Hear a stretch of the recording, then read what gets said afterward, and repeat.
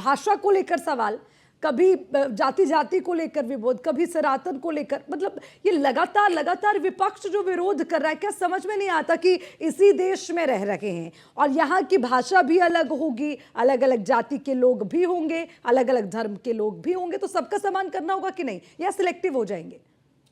देखिए, मुझे सबसे पहले तो बड़ा आश्चर्य है जो कुंभ और महाकुंभ को लेकर के एक बात कही गई।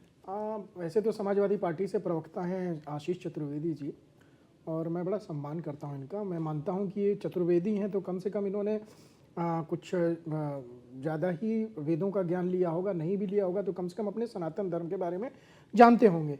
देखिए, महाकुंभ तो जहाँ तक मैं जानता हूँ और जहाँ तक हमारे जो है पुराणों से मैंने सीखा है, पढ़ा है, लिखा है, मुझे पता है कि जो भी 12 वर्ष के बाद एक कुंभ लगता है उसको महाकुंभ कहा जाता है।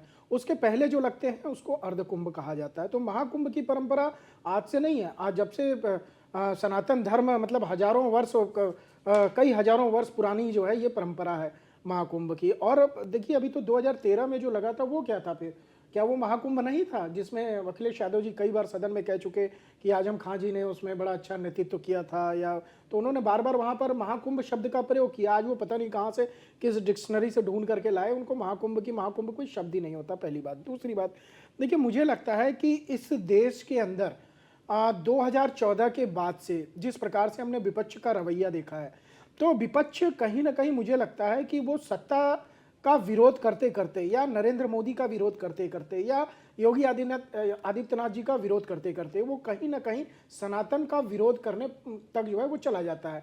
हमने एक लंबी श्रृंखला देखी है जो लगातार चुनावों में जिस बात को कहा भी गया है, भारतीय जनता पार्टी ने उठाया भी है कि जो सनातनियों को लगातार गाली देने की बात होती है। कई जगह डेंगू कह दिया जाता है, मलेरिया कह दिया जाता है, कहा जाता है कि एक बहुत बड़ा रोग है, रामचरितमानस का अपमान किया जाता है। तो मुझे कहीं ना कहीं लगता है कि आदरणीय अखिलेश यादव जी के पास जो लोग हैं, जो उनके सलाहकार हैं, कहीं ना कहीं उनमें कुछ कमियां हैं, क्योंकि वो इस बात को नहीं समझ पा रहे हैं कि देखिए, भारतीय जनता पार्टी की वजह से महाकुंभ नहीं है।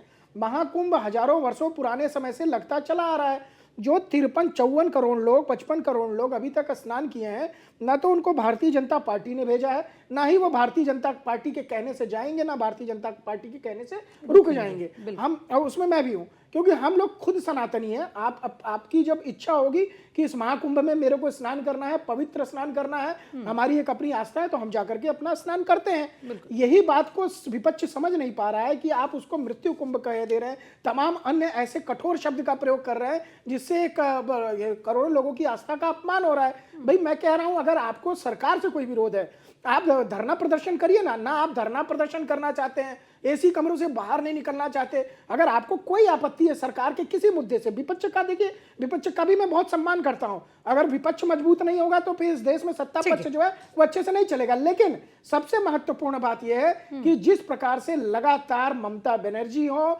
इन्हीं के पार्टी के जो सांसद हैं अफजल अंसारी हो, या फिर जो है अखिलेश यादव जी हो, जिस प्रकार से सनातनियों पर वार कर रहे हैं, महाकुंभ पर आपत्ति जता रहे हैं, मुझे लगता है कहीं ना कहीं उससे बचना चाहिए। उत्तर प्रदेश के लिए बहुत ही गर्व का विषय है, बहुत बड़ा गर्व का विषय है कि आज उत्तर प्रदेश की धरती पर मुख्यमंत्री योगी आदित्यनाथ ने 55 करोड़ लोगों को जो है वो स्नान कराया। तो इसमें अखिलेश यादव को भी गर्व महसूस करना चाहिए।